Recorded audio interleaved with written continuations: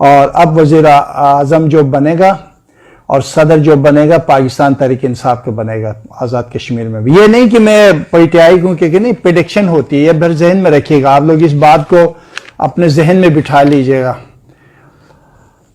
الہ آمین یا رب العالمین. آغا جی کاروبار کے بارے میں بتائے. ٹھیک ہے، میں ابھی آپ کو بتا رہا ہوں، کاغذ قلم رکھیے گا.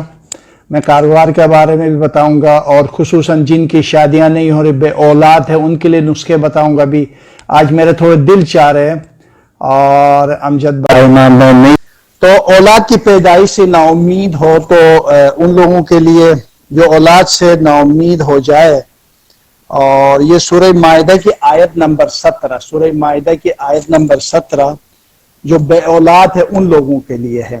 جو اولاد سے نا امید ہو جائے، اس آیت کو 41 دن تک میٹھی چیز پر دم کر کے میاں بیوی آدھا آدھا کھا لے، اور انشاءاللہ اللہ تعالیٰ نے چاہا تو جن کے بے اولاد ہے یا جن کے اولاد کی پرابلم ہے، اللہ تعالیٰ ان کے اولاد نرینہ، اولاد صالح جو ہے وہ دے دے گا انشاءاللہ تعالیٰ. اور وہ ہے نا وَلِلَّهِ مُلْكُ السَّمَاوَاتِ وَالْأَرْضِ، وہاں سے وَمَا بَيْنَهُمَا، یہاں سے شروع ہے یہ آیت، اور آخر میں جا کر عَلَىٰ كُلِّ شَيْءٍ قَدِيرٌ تک یہ آیت ہے. اور سورہ مائدہ آیت نمبر 17 ہے. ترجمہ یہ ہے کہ آسمانوں زمینوں اور ان دونوں کے درمیان جو کچھ بھی ہے ان کی حکومت خدا کے ہاتھ میں ہے، اور جو چاہتا ہے پیدا کرتا ہے، اور اللہ ہر شے پر قادر ہے. تو یہ بڑا عظمت نقطہ ہے، اور یہ بھی اگر آپ میں سے کوئی اگر یہ عمل کرنا چاہتے جن کے اولاد نہیں ہے وہ بالکل کر سکتے. جن کی بیٹیاں زیادہ اگر کوئی چاہتا ہے بیٹا ہو، ان کے عظمت عمل ہے جو ٹی وی پہ اکثر میں دے دیتا ہوں. اور سورہ نوح کی آیت نمبر 12، سورہ نوح کی آیت نمبر 12، اولاد نرینہ کی پیدائش کے لیے حمل ٹھہرتے ہی 9 مہینے تک اور روزانہ 11 مرتبہ اس آیت کا ورد کرے، اور انشاءاللہ اللہ تعالیٰ نے چاہا تو اس کو خدا انشاءاللہ بیٹے سے نوازے گا.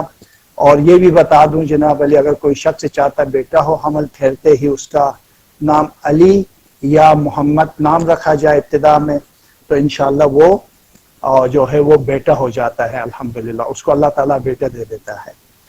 اچھا، اولاد کے رشتے طے کرنے کے لیے بہت خوبصورت عمل، جن کا اولاد کے رشتے طے نہیں ہوتا ہے ان کے لیے خوبصورت عمل ہے، وہ میں آپ لوگوں کے سامنے شیئر کر رہا ہوں. سورہ فرقان کی آیت نمبر 54، سورہ فرقان کی آیت نمبر 54، جس کے بیٹے یا بیٹی کا عقد نہ ہوتا ہو وہ اس آیت کو 21 دن تک 313 مرتبہ پڑھے. اور ایک دفعہ بتانا چاہتا ہوں، سورہ فرقان آیت نمبر 54، 21 دن تک 313 مرتبہ ماں یا باپ میں سے کوئی بھی پڑھے گا تو اس کی بیٹی کا رشتہ جو ہے وہ طے ہو جائے گا انشاءاللہ تعالی. اچھا، میاں بیوی میں محبت نہیں ہے، اختلافات ہے، لڑائی جھگڑے ہیں، ان کے لیے عظمت نقطہ اور بہت خوبصورت.